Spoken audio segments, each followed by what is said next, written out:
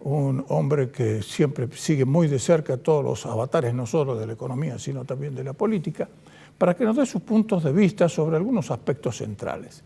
Y uno de esos aspectos centrales está puesto por parte de todos aquellos que operan dentro del país, pero también con conexiones fuera del país, con la cotización que está manteniendo el dólar.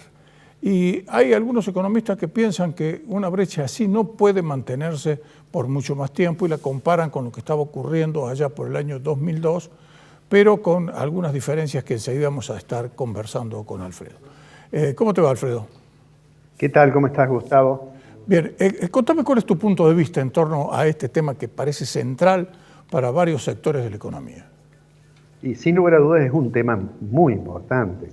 Cuando uno mira la evolución del dólar, lo que ocurre en el mercado marginal, como lo que ocurre en el mercado del contado con liquidación o lo que ocurre con el dólar MEP, en realidad, y uno compara cómo ha evolucionado, digamos, uno tendría que llegar a la conclusión de que el dólar no está atrasado.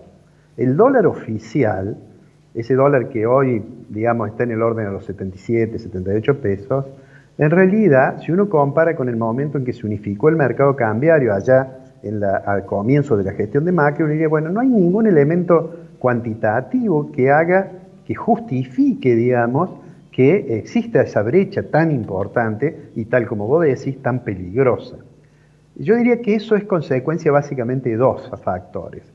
Uno, obviamente, es la incertidumbre que está vinculada a este hecho de naturaleza tan sorpresivo y tan importante como ha sido la pandemia y el confinamiento que derrumbó la actividad económica, y hay una gran incertidumbre sobre, bueno, cómo sigue esto o cuándo termina. Y en el caso de Argentina en particular, se le suma, yo diría, hay otro componente que explica la brecha, que es la desconfianza. Si los agentes económicos en Argentina siempre ven al dólar como una protección ante situaciones críticas que se han ocurrido de manera cíclica. Y yo diría que en la actualidad hay un nivel de desconfianza muy grande, a pesar de que seguramente este viernes vamos a conocer que el acuerdo con los bonistas que son titulares de bonos que fueron emitidos bajo legislación extranjera, seguramente va a tener, según todo parece indicar, una adhesión muy grande el canje, ¿no? Pero eso cierra solo una partecita.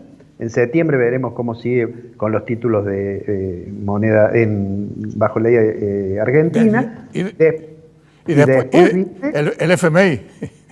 A eso mismo, esa conversación que nos va a permitir saber si este apoyo discursivo que dio tantas veces el Fondo Monetario desde que Argentina hizo la primera propuesta allá por abril, bueno, ¿cómo es? ¿Qué tanto nos quiere realmente?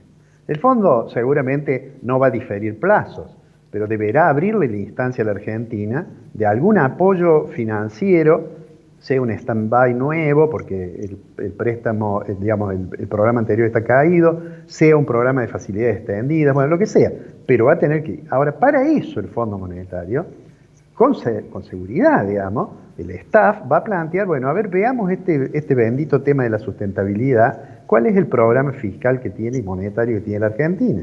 Claro, y me parece Alfredo, que todavía hay muchas dudas. Alfredo, para todos aquellos que nos siguen, acá hay una diferencia fundamental con el fondo. Con el fondo no hay forma de decirles, muchachos, háganos una quita, hagan una quita de capital y hagan una quita de los intereses. Aquí no hay tutía. No puede. Sí puede decir, deme un crédito y de ese crédito, digamos, me lo va haciendo disponible a medida que vienen los vencimientos y va cobrando usted. Y a lo mejor me deja algo más, ¿no es cierto? Pero el hecho concreto es que en ese tipo de operaciones, más que en las reestructuraciones de deuda, es necesario presentar un programa económico que le dé al acreedor cierta certidumbre de cómo va a evolucionar esa economía. Digo cierta certidumbre porque en economía los pronósticos generalmente, digamos, hay mucha posibilidad de fallas en los pronósticos. Esto lo hemos visto este año, cuando al principio de la pandemia había una estimación sobre caída del nivel de actividad y después resultó ser muchísimo más grande, no solo en Argentina, yo diría en todo el mundo. Entonces, digo, estas incertidumbres más estas desconfianza son los dos, digamos, capítulos de un libro que se llama Brecha.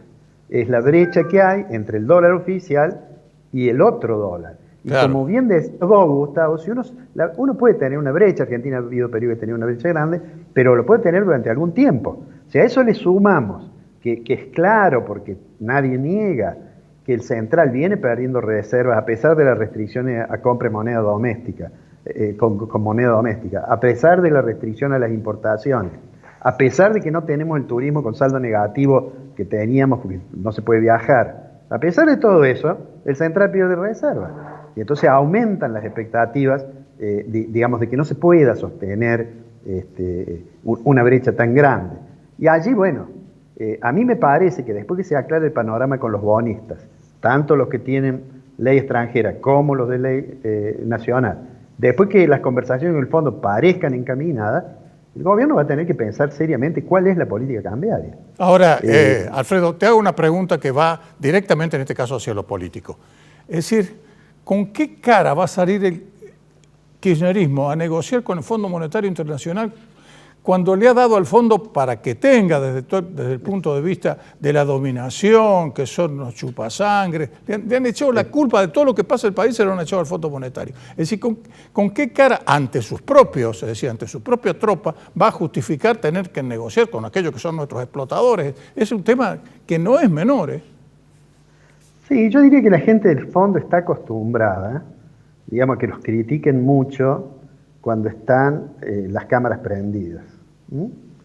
Y que sean más amables cuando la conversación es más privada. Y yo creo, me parece que eso fue, por ejemplo, lo que pasó también con la renegociación de la deuda de los bonistas, que comenzó diciendo esto es lo único que le voy a ofrecer y más que esto sería hundir al pueblo en el hambre, y finalmente fue cediendo a Argentina cada vez que tuvo que hacer una nueva propuesta, y lo que finalmente se va a acordar es algo que está bastante más cerca de lo que pedían los bonos, los bonistas al principio. O sea, digo, me parece que en lo discursivo el gobierno va a seguir teniendo ese discurso. Es más, si firmamos un acuerdo con el fondo, que ojalá lo hagamos, que sea un apoyo para que Argentina pueda salir de la situación de la mejor manera posible, de todos modos vamos a escuchar discursos de ese tipo. Decir, bueno, hemos logrado que el fondo entienda, por ejemplo, claro, que entienda que estaba equivocado el fondo. Bueno, no importa.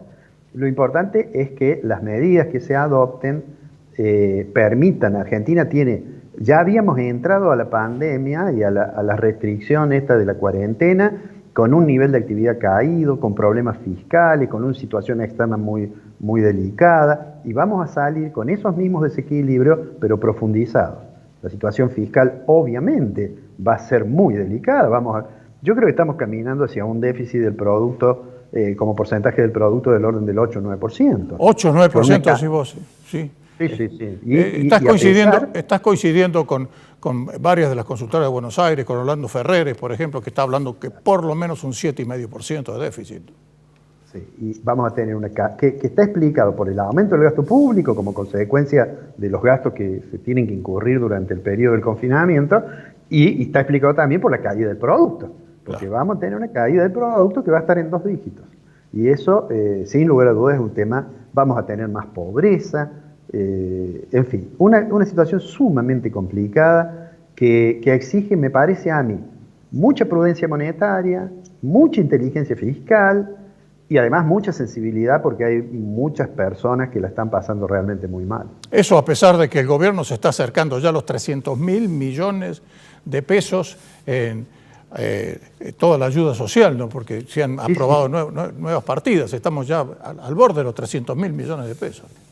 Lo cual le impone una restricción muy severa a cuando haya que bajar el déficit fiscal.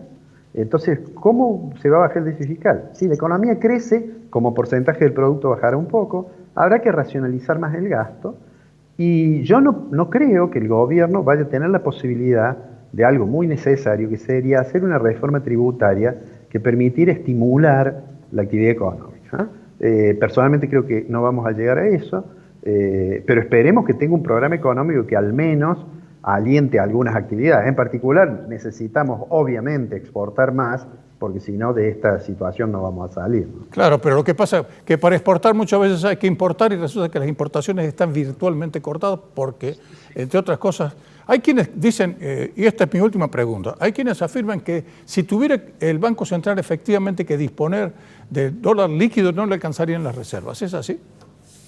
Bueno, porque lo que pasa es que las reservas están compuestas. Una parte es oro, ¿eh? Exacto. Otra parte es el swap que tenemos con China, Exacto. ¿eh?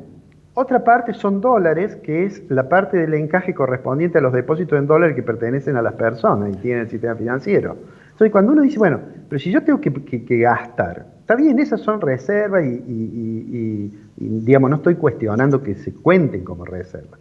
Ahora, cuando uno dice, tengo que salir a vender, bueno, lo que puedo vender, por supuesto, puedo transformar el oro en dólar, por supuesto, puedo convertir una operación del swap a dólar, no sé, voy a pagar ahí una tasa de interés que está en el orden del 7%, pero si no hago eso y tengo que los dólares que puedo disponer, seguramente están, lo que dicen, porque eso normalmente es un secreto de Estado, es que está entre 5 o 6 mil millones de dólares.